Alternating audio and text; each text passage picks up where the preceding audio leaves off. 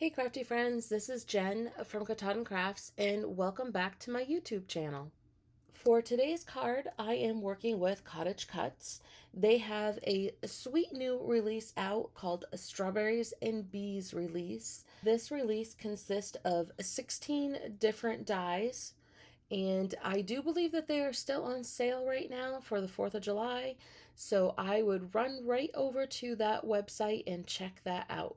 Okay, let's get into the project for the week. I am using that flowers die, which has a lot of different details, along with the berry phrases. They're so sweet. You can mix and match all of those little elements. And then I'm going to use the strawberries from both the strawberries with the mouse or with mouse and strawberry gnome boy. And like I said, I'm just using the strawberries in those two dyes. My card size today is a little bit different than what I normally do. My card panel is 5¼ by 4¼ and this is just going to allow me to have some of those elements stick off the edges but yet still fit into a 5½ sized A2 envelope. Right, in order to do this background, I pulled out my Distress Oxide inks.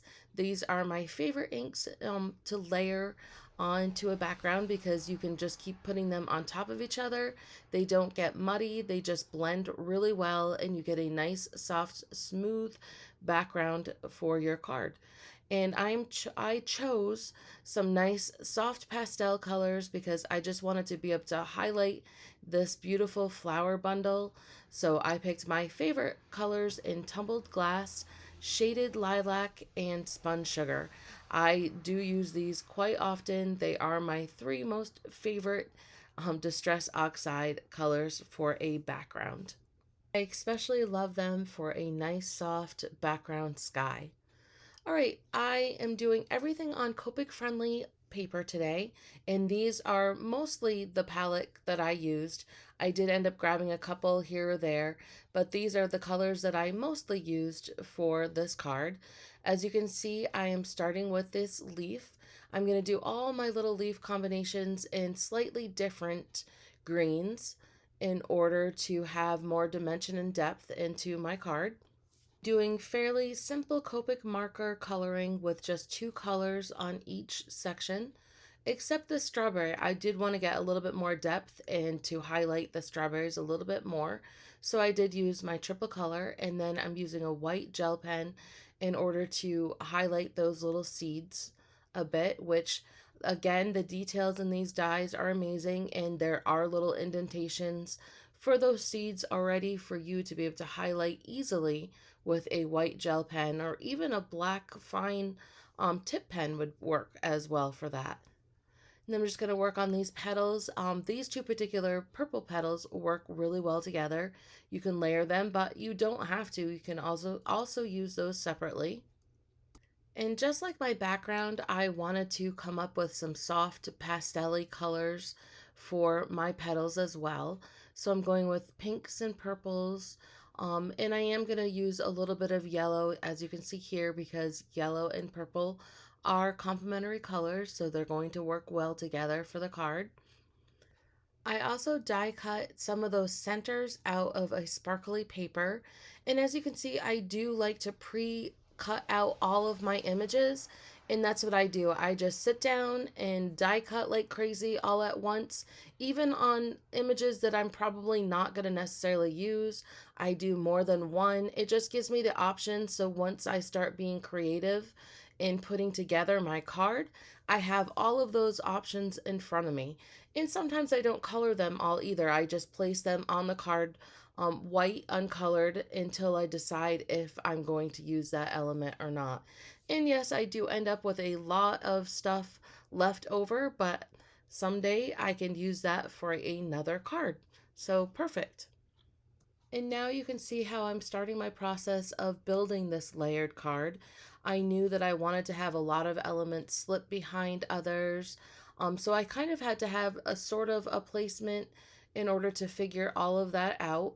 And I knew that once I had the layers of all the flowers down, that I could add those strawberries throughout the whole card. So right now I'm just trying to work on an aesthetically pleasing balance of the colors and the placement of the flowers. And my thinking fingers are working. It's so funny to me. I don't realize that I do that, that I rub them together as I'm thinking until I look back and see that in my videos. Yeah, kind of crazy. Once I had a general idea of the placement of all the flowers, I went ahead and added all of the centers to the flowers. I assembled them all. I cut out berry sweet from the berry phrases from some sparkly yellow cardstock. And you can see I added all those little strawberry caps onto the strawberries. I just got it all ready to go ahead and start tacking down all of these layers. And I say tacking because that's exactly what I did. I just added a little bit of glue to maybe the center of the flower or a little bit on the edge of the leaf, and then I added it permanently when I was happy with the placement of all of the pieces.